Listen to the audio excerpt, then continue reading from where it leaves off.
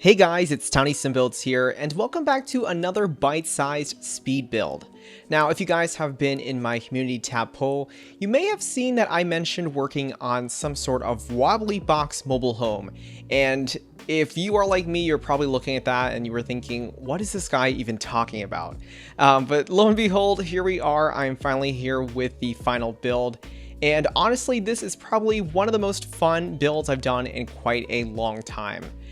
This build was originally started in the world of 𝗪𝗛𝗏𝗡𝗚. I was trying to go for, I guess, more of a cottage living theme. And originally I had a very weird inspiration behind this build.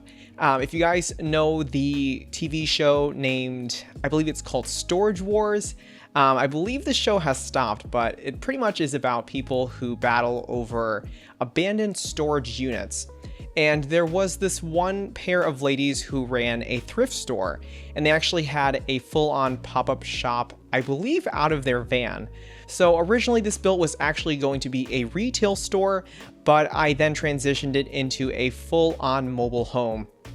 So as you can see, the build is pretty wild. It really is, in fact, a whole stack of wobbly boxes. So I imagine almost as if someone is using old shipping containers and is kind of stacking them on top of one another, trying to create this very makeshift rickety home.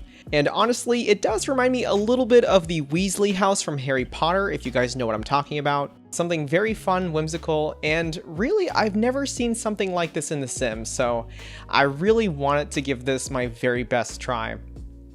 So yeah, we are in the world of island living, which is Sulani, of course, and I chose this 20 by 20 lot. Now, originally, I did want to make this a tiny home, and to be honest with you guys, I did not anticipate it being a tier 1, I believe it's called, or tier 3? I'm not really sure, you guys. The speed build is going so fast, but this is the smallest size. As you can see, it only takes up about 30 tiles, which is pretty wild. I've never done one of these before. And right now, I'm currently working on the kitchen itself. So as a fun fact, I believe the entire build is actually made for the off-grid challenge. So if you have Sims that are starting out, maybe they want to make a living through painting, through gardening, or even woodwork, this is a really great lot to do so. Now, unfortunately, I did not have the Eco Living pack.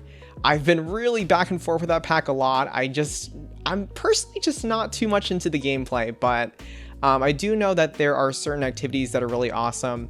And of course, the build buy in that pack is super fantastic. But this is my own version of a tiny home with a shipping container look, if you will. But again, obviously more so along the lines of something tropical, a little bit more fantasy. And yeah, here we are. So for this build, I did manage to fit in a full bed on the very top floor. Everything has been thoroughly play tested, so I had to make sure that every nook and cranny was accessible.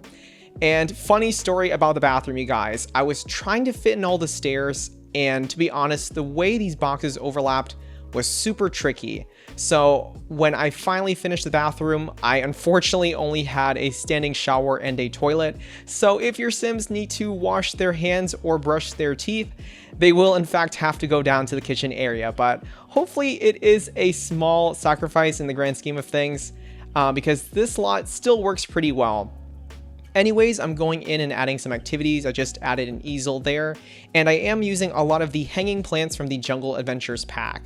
So I definitely will give this lot a very cool overgrown look, which we will see in a little bit when I get to the exterior. So lots of furnishings in here, using some fishies from Island Living, and I do believe I get a rug from the Jungle Adventures pack as well. So speaking of packs, this build is actually quite limited. I believe I only used 3 packs this time. So of course, given the fact that we're in Sulani, we have Island Living.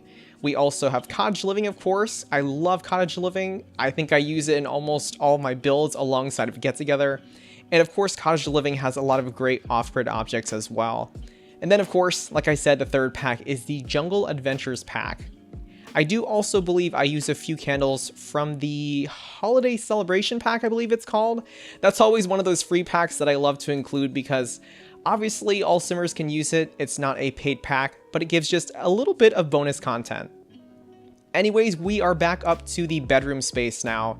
And I will let you guys know that this bedroom goes through a little bit of an evolution. I think at this point, I do not have a dresser here.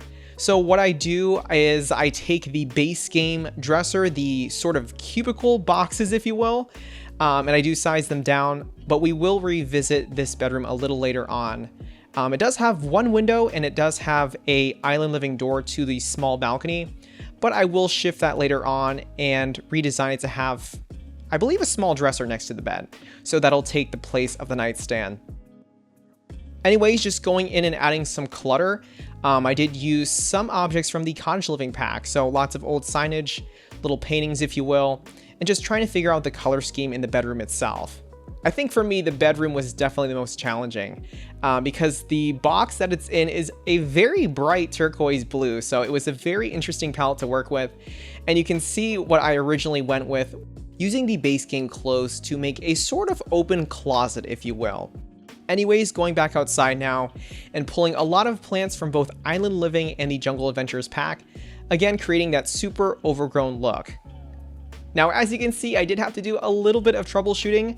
I was trying to add more hanging foliage from the Jungle Adventures pack, and if you guys have done this, if you guys know the struggle of not using Tool, I pretty much had to create a fake balcony extension, then situate the object, and then delete the balcony. So it's kind of a workaround. Obviously, if you guys have struggled with that, that is the way you can work around that situation in game if you're not using mods. And now I'm going in and pretty much creating a very jungle-like atmosphere for this lot. Originally, I wasn't really sure what to do with the landscaping because the build itself was super tiny. So I finished the build, I finished using the cottage living truck, making the stacked boxes, the balconies and everything. And then I stared at the lot for a long time thinking, how am I going to fill the space? But honestly, I always have a lot of fun landscaping. And in this case, I really try to make the lot blend into the world itself. So lots of foliage, palm trees, lots of tropical plants and flowers, and then adding in the fencing from the Island Living pack as well. Now, eventually, like I said, I do want to give your Sims a lot of activities to do on this lot, and in particular, ways to survive and make a living. So I will finish up with a lot of the plants here, but eventually I decide to do a garden area as well. Beyond that, I was going through a lot of debug, and if you guys watch my builds, I absolutely love debug. So you just see me pull out some mailboxes there, and I do have a hanging clothes rack as well because we don't have any laundry.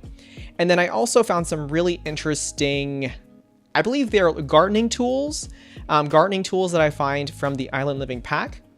Up front, I'm just creating a little sitting area outside. I used a canopy also from Island Living, the chairs from Island Living, and also the candle from Island Living. So clearly there is a very strong theme here. But I did want to keep it very tropical, very fun, and also very rustic and handcrafted at the same time. Anyways, I'm pulling out some of the base game planner boxes, and I tried to create a little hidden garden area towards the back. So honestly, you guys, you could really plant anything here. I was thinking perhaps planting fruits and vegetables that you can survive on if you do enjoy the off-grid challenge, and potentially sell as well. I also go in and add some gravel there, just make a little walkway. And then I do add this little flower/herb station from Cottage Living. And I'm honestly bummed. I really thought this could have been a cool interactive object, but nonetheless, it is a really cool piece. Now, fun fact, you guys, I will let you guys know that unfortunately, my game had a terrible glitch and I lost all of the terrain painting. So what you see will be a little bit different than the final lot, but please bear with me. I tried to recreate it in the midst of frustration and sadness, but here we are. And I'm just recoloring the Island Living swing there as well. So just another fun activity, just another way to fill the space and make it feel a little bit more alive. Finishing the lot, I did want to add a little bit of lighting around the lot itself. So I do pull the off-grid lights from the Cottage Living pack. And then I also pull this, I pull this lantern from the Jungle Adventures pack as well. Just kind of situating them all about, really in efforts to give the lot a little bit more light, especially in the nighttime view.